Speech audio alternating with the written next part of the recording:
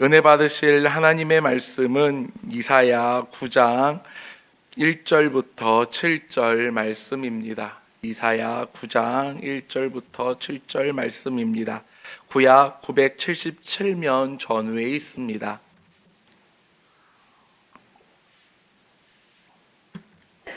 이사야 9장 1절부터 7절 말씀을 다 함께 합독하겠습니다. 전에 고통받은 자들에게는 흑암이 없으리로다. 옛적에는 여호와께서 스불론 땅과 납달리 땅이 멸시를 당하게 하셨더니 후에는 해변길과 요단 저쪽 이방의 갈릴리를 영화롭게 하셨느니라. 흑암에 행하던 백성이 큰 빛을 보고 사망의 그늘진 땅에 거주하던 자들에게 빛이 비추도다.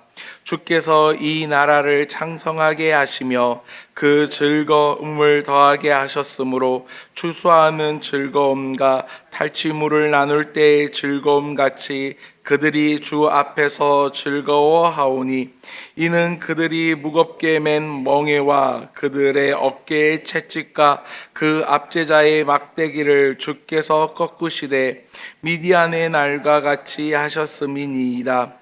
어지러이 싸우는 군인들의 신과 피붙는 겉옷이 불의 솥같이 살라지니니 이는 한 아기가 우리에게 낳고 한 아들을 우리에게 주신 바 되었는데 그의 어깨에는 정사를 메었고 그의 이름은 기묘자라 묘사라 전능하신 하나님이라 영존하시는 아버지라 평강의 왕이라 할 것임이라.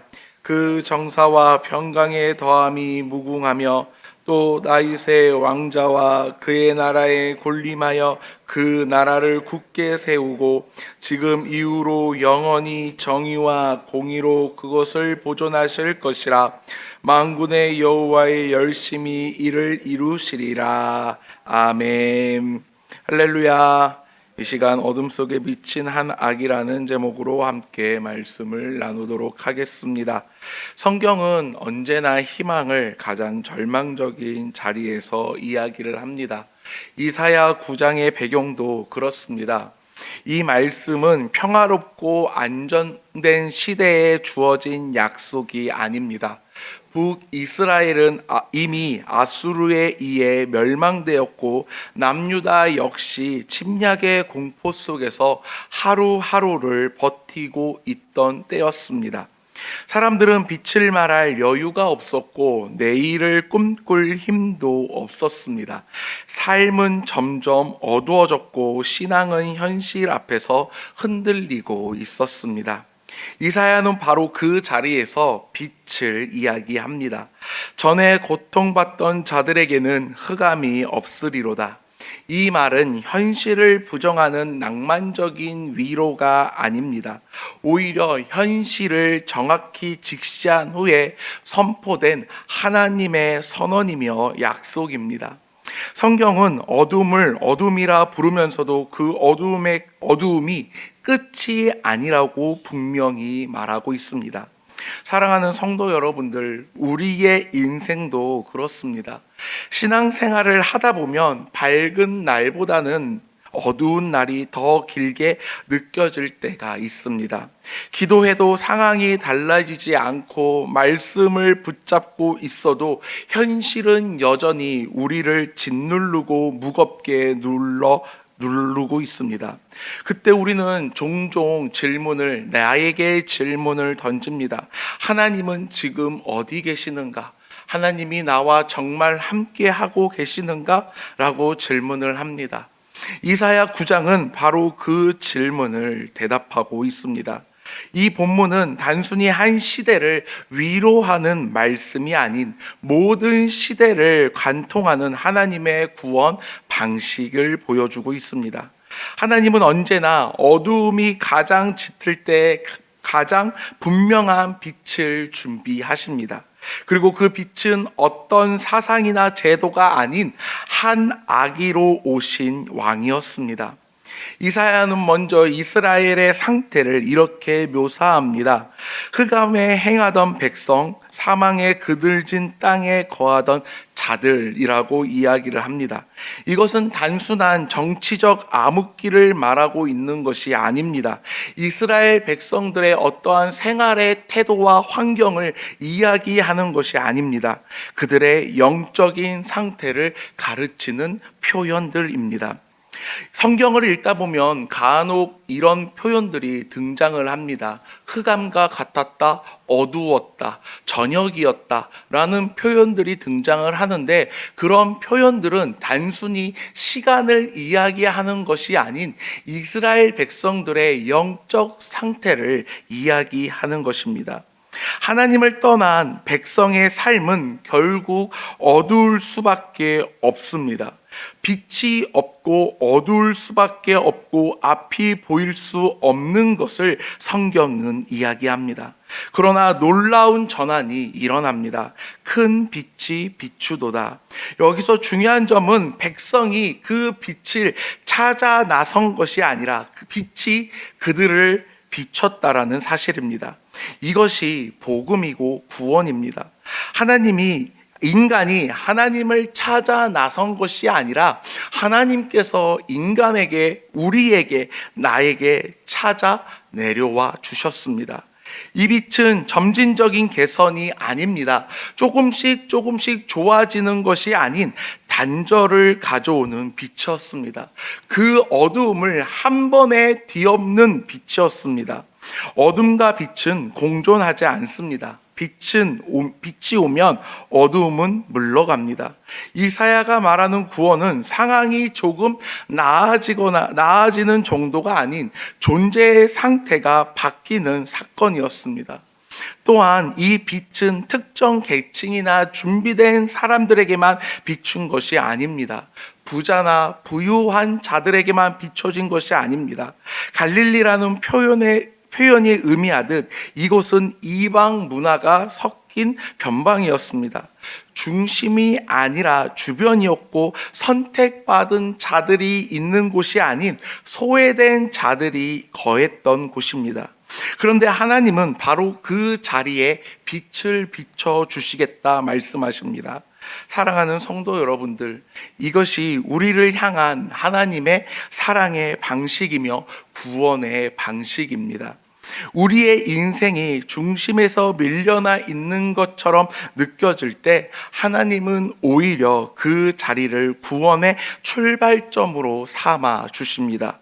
우리가 가장 실패했다고 느끼는 자리, 가장 부족하고 부끄러웠고 연약한 자리라고 생각했던 그 자리가 하나님이 빛을 비춰주시기 시작하는 자리라는 것을 우리는 늘 기억해야 합니다.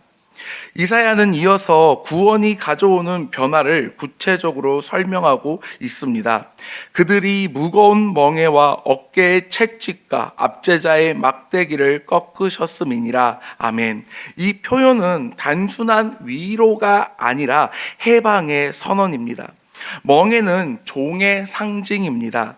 스스로 그 종이 멍에를 결코 벗을 수 없는 억압의 구조입니다. 이사야는 인간이 처한 문제를 단순히 심리적 불편함이나 불안이나 사회적 어려움으로 보지 않았습니다. 성경은 인간이 죄와 죽음의 권세 아래 묶여 있는 존재임을 정확히 짚어주고 있습니다. 중요한 것은 이 멍에를 누가 꺾으셨는가입니다. 백성이 힘을 모아 혁명을 일으켜서 그 멍에를 종의 자리에서 벗어난 것이 아닙니다. 하나님께서, 여호와께서 꺾으셨다고 말하고 있습니다. 구원은 언제나 하나님의 주도적인 역사입니다. 인간의 결단이나 노력이나 헌신이나 어떠한 작정이 들어간 것이 아닌 하나님의 개입입니다. 이사야는 이 구원을 미디안의 날과 같이라고 설명하고 있습니다. 이는 기드온의 이야기처럼 인간의 힘이 아니라 하나님의 방식으로 이루어진 승리를 가리키고 있습니다. 숫자가 아닌 순종으로, 전력이 아닌 은혜로 이루어진 승리입니다. 사랑하는 성도 여러분들, 우리가 신앙생활을 하며 가장 많이 오해하는 지점이 바로 여기에 있습니다. 우리는 종종 하나님이 우리를 도와주셔서 잘 살게 해주신다고 생각을 합니다. 그러나 성경은 그보다 훨씬 깊은 이야기를 담고 있습니다.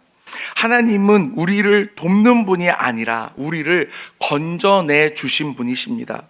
문제를 완화시켜 주시는 분이 아닌 그 문제를 해결해 주시고 뿌리를 뽑아 주신 분이라는 것을 우리는 기억해야 합니다.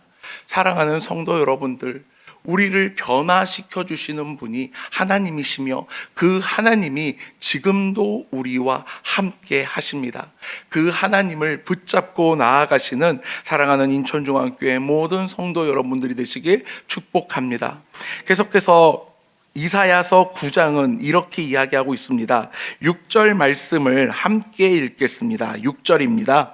이는 한 아기가 우리에게 낳고 한 아들을 우리에게 주신 바 되었는데 그의 어깨에는 정사를 메었고 그의 모사라 전능하신 하나님이라 영존하시는 아버지라 평강의 왕이라 할 것임이라. 아멘.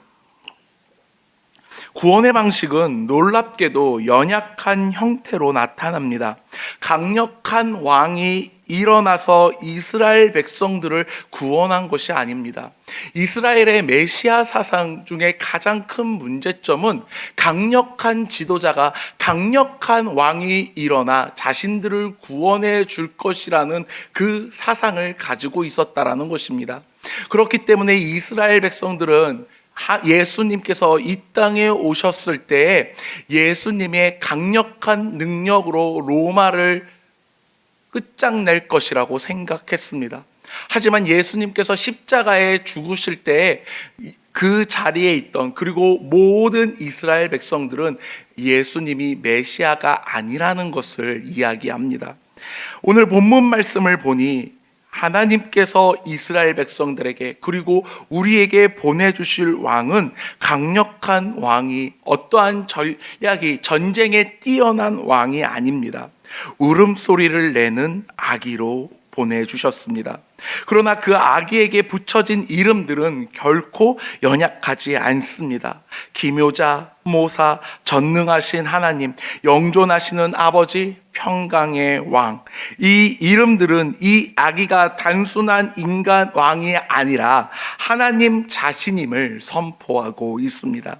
특히 평강의 왕이라는 이름은 히브리적 의미에서 단순한 감정적 평안을 넘어섭니다. 샬롬은 관계의 회복이며 질서의 회복이며 하나님과의 올바른 관계를 의미합니다. 이 왕이 오실 때 세상은 다시 제자리를 찾게 되며 우리의 죄를 구원해 주심으로 죄로 인해 어긋났던 나와 하나님과의 관계를 바르게 정립해 주십니다. 7절은 이 왕의 통치를 이렇게 이야기하고 있습니다. 7절 말씀을 함께 읽겠습니다. 그 정사와 평강의 너함이 무궁하며 또 다윗의 왕자와 그의 나라에 군림하여 그 나라를 굳게 세우고 지금 이후로 영원히 정의와 공의로 그것을 보존하실 것이라. 만군의 여호와의 열심히 이를 이루시리라. 아멘. 이 왕의 통치는 잠깐의 문제 해결책이 아닙니다. 잠시 위기를 넘기는 왕이 아닌 영원히 흔들리지 않는 나라를 세우시는 왕입니다. 사랑하는 성도 여러분들, 성탄의 은혜가 바로 여기에 있습니다. 하나님은 가장 확실한 구원을 가장 연약해 보이는 방식으로 이루셨습니다. 그래서 우리는 이 왕을 믿음으로만 알아볼 수 있습니다. 세상의 기준으로 보면 여전히 작고 약해 보이지만 믿음의 눈으로 보면 이 아기는 온 역사를 붙드시는 주님이십니다. 이사야 9장은 우리에게 분명한 확신을 이야기합니다. 어둠은 결코 최종 승리자가 아니며 현실이 아무리 무거워 보여도 하나님의 빛은 이미 비추기 시작했습니다. 그리고 그 빛은 결코 꺼지지 않습니다. 오늘 우리의 삶에도 여전히 어두운 자리가 있습니다. 해결되지 않는 문제, 반복되는 죄의 습관, 쉽게 사그러지지 않는 두려움이 있습니다. 그러나 성경은 이야기하고 있습니다.